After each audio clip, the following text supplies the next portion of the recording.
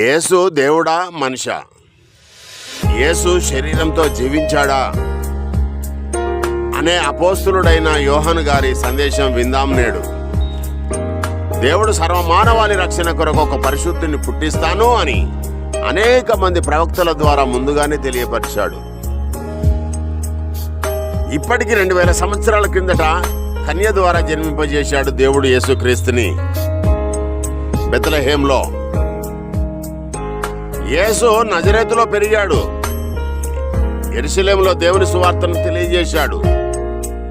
ఆయన్ను చంపారు యూదులు, సమాధి చేశారు. దేవుడు 3వ దినాన లేపాడు. దానికి నేను నాతో పాటు 12 మంది శిష్యులము సాక్షులమన్నాడు యోహాననే శిష్యుడు.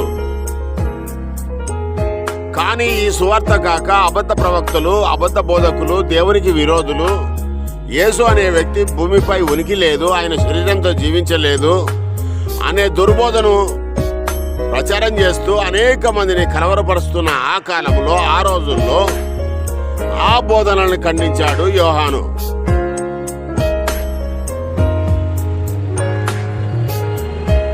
కానీ ఈనాటికి కూడా చాలా దొంగ బోధలు సంఘాలలో ఉన్నాయి.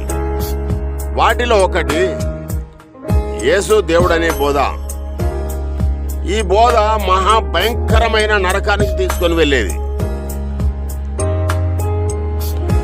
దేవుడు యెహోవా, యేసు అందరికీ ప్రభు, అంతేగాని దేవుడు కాదు.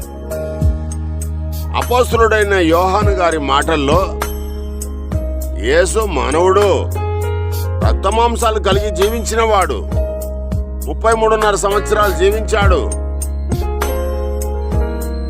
నేను అతని శిష్యుణ్ణి అన్నాడు వారి బోధనలు ఖండిస్తూ.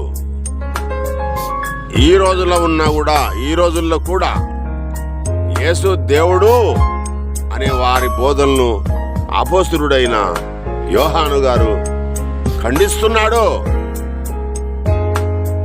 ఈ బోధ ఎవడైతే తెస్తాడో యేసు దేవుడనే బోధ, వాడు దేవుని సంబంధి కాదు, దేవుని ఆత్మ కలిగిన వాడు కాడు, వాడు దేవుని నుండి వేరైన వాడు, దేవుని యొక్క ఆత్మ వానిలో లేదు అని అర్థమవుతుంది.